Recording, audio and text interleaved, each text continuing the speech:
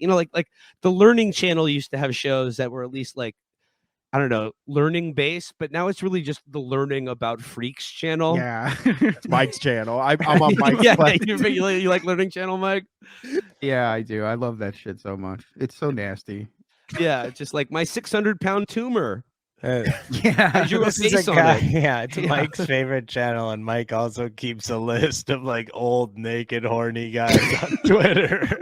I was actually going to open up the old horny naked guys when we get to the end here, Mike. Oh yeah, and I was hoping you were going to. That would be a huge treat. Maybe Oh, love I guess A&E was the same way also, right? Did the Yeah, same A&E thing had where some A&E bangers. was like had educational programming when I was young, and so it's basically all of those. I think it like I feel I don't know this for a fact. Talking out my ass. I feel like it went downhill when they did the addiction one, not My Strange Addiction, but No, the, yeah, what was that one called? Intervention. Intervention or whatever. I mean, it was Oh a man, hit. that show was grim. That Yeah, was it was grim, and the bad. Walking on Oh, Sunshine girl who was huffing the whatever it Yeah. was, and that became like a meme, and that one was just like devastatingly horrifying. And yeah, that one felt really uncomfortable and weird and seemed to set a bad precedent. I don't know if it was the starting point, but yeah. Or Hoarders, Yeah, like that another was show bad. just Hoarders. monetizing people's mental illness. Yeah. And like, with the idea that like this is helping them. Every Yeah. episode of Hoarders should just be like they look at the house. They're like, okay, could you come outside for a second? And then like a fire truck just pulls up, and like guys in hazmat suits and like World War II era flamethrowers pile out and just incinerate the entire property, because like that would help them. Yeah, Opie and Anthony used to talk about Hoarders a lot and these types of shows, and they would say like that they would.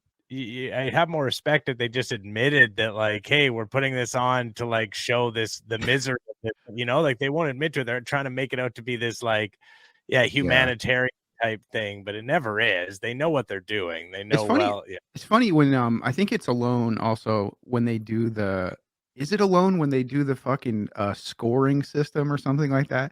I think it's Naked and Afraid. Yeah, there's like an objective criteria of like survival talent, and they're like, Sarah has dropped 2 points for failing to secure a snake. That's so stupid. That's from some fucking guy at the network who was like, we need something to gamify this or whatever. It needs something else, and that's like the first thing they thought of.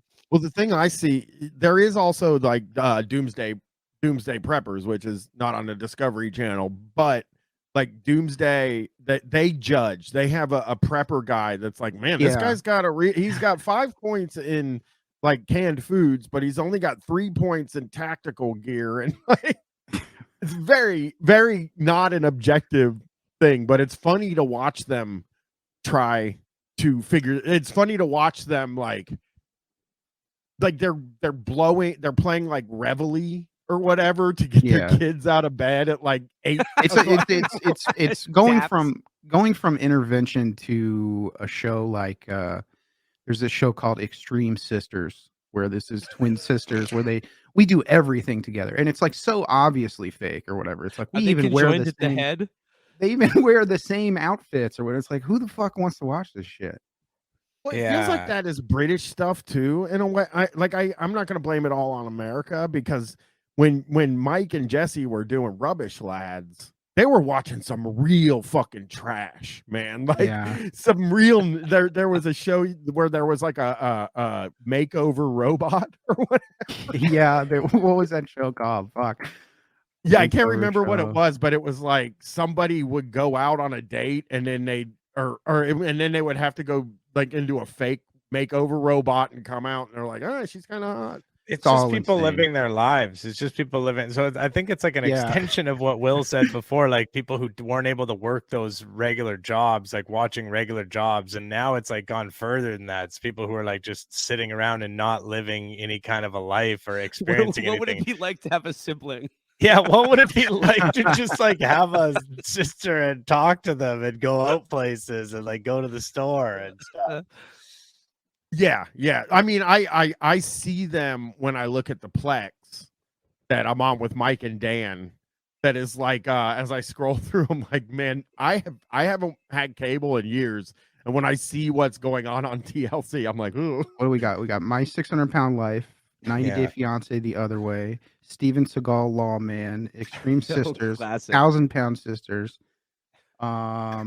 Love During Lockup, Love After Lockup, Love Is Blind, 90 Day Fiance Happily Ever After, Inmate to Roommate. Oh, you know, it was a good one. Inmate to Roommate? Inmate to Roommate. Inmate to Roommate was Can you good. elaborate on that one? So there's like a program or some program where people who have been pen pals with prisoners or something I get it. It's a show. You don't have to try to sound smart and call it a program. They can come when they leave prison, they can stay with people or whatever. And there's all these, typical stuff that goes on or whatever. Okay. Oh, that's not weird at all. This is newly out of prison, like prisoners. So it's not weird to film that experience at all. Yeah. Put it out there. The weirdest one, the border one, that one like maybe got shut down.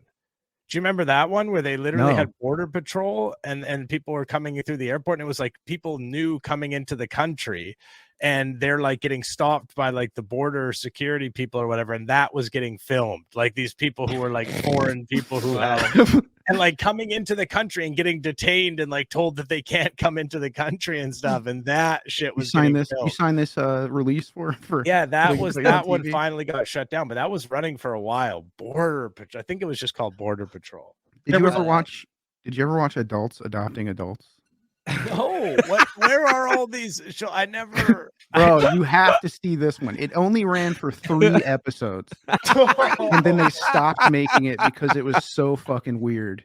As a child of adoption, this appeals to me. Oh, dude, you gotta watch it immediately. Love After Lockup was the one that like Catherine and I were obsessed with. That show is truly extraordinary because, like man or woman, like doesn't matter. Like, who's coming out of jail, who's doing the on the outside work of like writing to this convict and then like trying to set them up with a relationship or just sort of like drop them into a relationship like the day they get out of doing like a 7 or 8 year bid.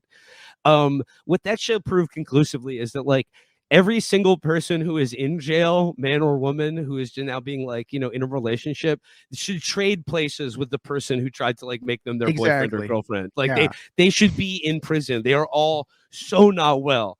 Yeah. And like, especially like, it's like the guys are usually like these like absolute grotesques who are like find some woman who's in jail for like like drug addiction, like an entire life of like petty crime and drug addiction. Then when they get out of jail, immediately just start giving them money, which is like a good thing to do to an addict. And then the women are like these women who just like are normal looking, like ostensibly like could fit into society or like be in a normal relationship, but they like the idea of having a boyfriend where they know where they are every second of the day because the state has sort of taken care of that for them.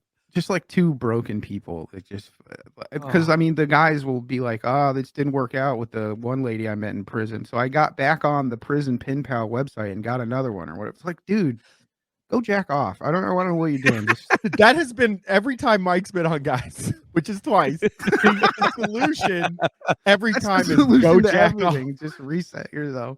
Yeah. When that guy, I haven't stopped thinking about this since that first episode. The guy that went to the swingers club and he got to the door and it was supposed to be $60 for him and a date to get in. And they were like, nope, it's $90. He was just like, I paid it, but I don't know if I'm ever coming back. That's great. That's just like great. Guys just fucking half rod, just showing up there like, I guess I'll fucking.